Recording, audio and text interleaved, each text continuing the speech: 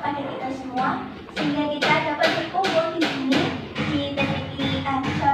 di Pondok Putri Al-Usmani, dan semoga kita bisa selain berbagi informasi, kita juga bisa menjalin relasi satu sama lain.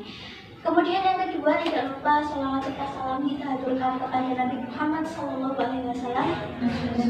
Semoga kita mendapat syafaatnya di yaumul qiyamah nanti. Oke teman-teman, terima kasih buat teman-teman yang sudah meluangkan waktunya untuk kesempatan kali ini, yang sudah membantu saya untuk melengkapi tugas UAS dari Pak Hari untuk berbicara publik ini ya teman-teman. Terima kasih banyak dari Pondok Pesantren Al-Usmani. Semoga selain kita berbagi informasi, kita juga dapat menjalin relasi yang mana dari relasi tersebut dapat mendatangkan manfaat di hari kemudian. Teman-teman, kali ini saya akan membahas seputar mental health. Sebenarnya nggak terlalu menjorok soal mental health, cuman saya ingin membahas mengenai burnout, yakni pengaruh burnout terhadap tingkat konsentrasi siswa dalam proses pembelajaran. Nah, teman-teman sebelumnya tahu nggak apa itu burnout? Oke. Saya yakin teman-teman pasti pernah mengalami burnout, tetapi teman-teman ini nggak menyadarinya gitu loh. Burnout ini bisa dikatakan secara ilmiah, yakni letih, lesu, maupun kita tuh merasa kelelahan dari jiwa maupun tubuh kita, dan kita tuh merasa kayak untuk melakukan sesuatu itu kita merasa malas gitu. Nah, di burnout ini merupakan kondisi di mana diri kita, tubuh kita, jiwa kita merasa capek. Burnout ini juga disebut sebagai keletihan mental atau kelelahan kerja, lesu karena terbebani oleh sesuatu. Nah, pasti teman-teman ini pernah berada di kondisi burnout yang membuat teman-teman itu merasa berat dalam melakukan sesuatu, tidak berselera dan tidak bergairah dalam beraktivitas seperti itu. Nah, kondisi ini sebenarnya menyebabkan sesuatu yang buruk ya teman-teman. Contohnya seperti kita jadi kurang fokus, kita jadi malas melakukan sesuatu, kita jadi istilahnya malas belajar, zone out dan lain-lain.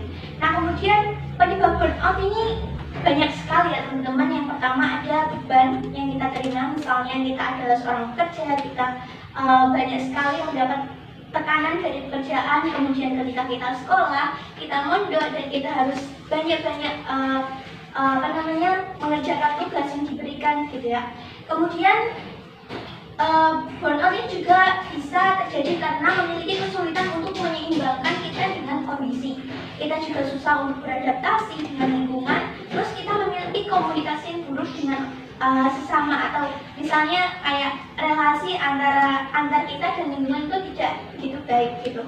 Nah, teman-teman, aku punya 7 tips untuk menghilangkan burnout, yang mana ini tergantung dari jenis burnoutnya ya. Oke, aku jelasin satu-satu. Yang pertama ada cycle burnout dari cycle rest. Cycle rest ini merupakan istirahat fisik yang ditandai dengan tubuh yang mulai capek, lelah, dan juga pegel-pegel. Teman-teman pasti pernah kayak nyapu atau mengerjakan pekerjaan rumah dan itu kayak pegel banget gitu.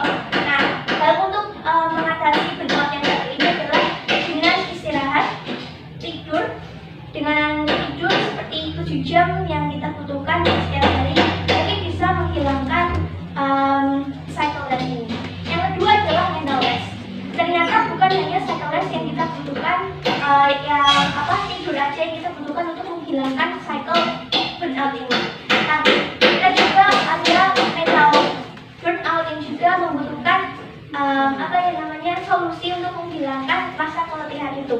Kemudian dari mental rest ini, apa yang bisa kita lakukan? Ya, ini ada meditasi. Kita juga bisa mengistirahatkan otak kita agar kita tuh hanya menyimpan memori-memori atau menyimpan sesuatu di dalam informasi yang ada di dalam otak kita yang benar saja. Misalnya kita tidak perlu overthinking. Overthinking biasanya kita melakukannya di tengah malam atau malam hari kalau mau tidur gitu ya. Nah, biasanya kalau untuk menghindari mental rest ini, kita bisa melakukan istirahat bisa menghilangkan atau mengurangi overthinking dan lain-lain. Kemudian yang ketiga adalah sensory rest, yakni istirahat motorik. Teman-teman pasti punya gadget kan? Nah, di gadget tersebut kita tuh kadang merasa kayak seharian main gadget dan mata kita tuh terasa berat. Nah, dari sensory rest ini kita bisa menjauhkan gadget dari kita, dari kehidupan kita, misalnya membatasi 5 jam sehari atau 7 jam sehari, yang kemudian bisa kita gunakan untuk istirahat. Yang keempat ada emotional rest atau istirahat emosional. Nah, yang ini banyak orang kayak misalnya kita punya temen nih, yang dia tuh bikin kita emosi gitu loh. Misalnya gini, dia suka cerewet atau suka menuntut kita untuk melakukan hal ini. Kita secara secara diam kita tuh merasa kayak terbebani dengan kelakuan dia. Cuman yang kita harus lakukan cuma menjaga perasaan dia, padahal kita juga harus menjaga perasaan kita sendiri gitu. Di emotional rest ini yang bisa kita lakukan adalah ketika emosional kita tidak stabil, emosional kita terganggu dengan keadaan orang lain yang memaksa kita untuk ikut serta dalam kayak bukan masalah kayak activity mereka. Kemudian hal ini yang bisa kita lakukan untuk meluapkan emosi. Kita bisa menangis. Ini sebenarnya tergantung ya perspektif kita masing-masing. Kalau misalnya ada yang suka nulis, kita bisa mencurahkan dengan nulis. Ada yang nangis, meluapkan dengan cara menangis juga bisa. Atau yang paling dasar atau mungkin nggak dasar ya, kebanyakan orang nggak banyak melakukannya, yakni curhat dengan orang lain.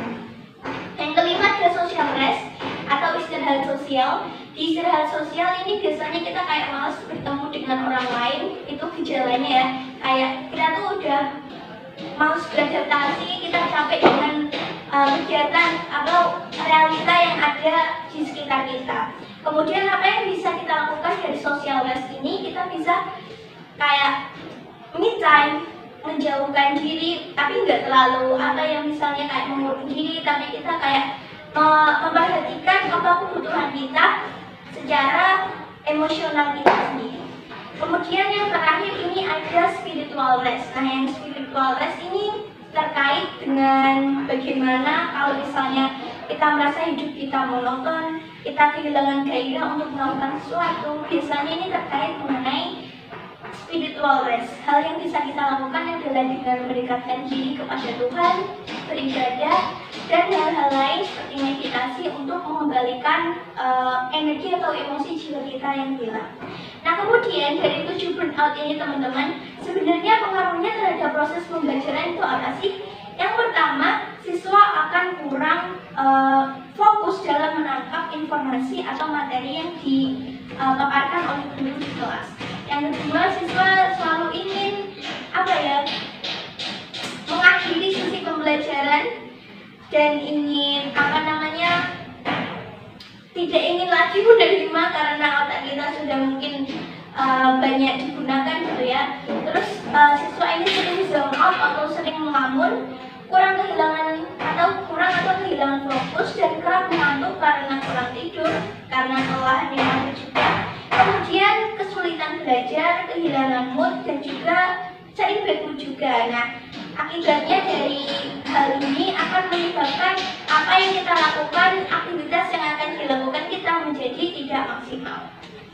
Oke teman-teman, baiklah itu tadi sekian yang bisa saya sampaikan. Semoga dari informasi tentang burnout, dari pengaruh burnout terhadap tingkat konsentrasi siswa dalam proses pembelajaran dapat bermanfaat untuk teman-teman semuanya. Dan semoga materi tadi bisa memberikan insight baru kepada teman-teman. Dan terima kasih untuk Pondok Pesantren Al-Usmani. Sekian dari saya. Wassalamualaikum warahmatullahi wabarakatuh. Thank you.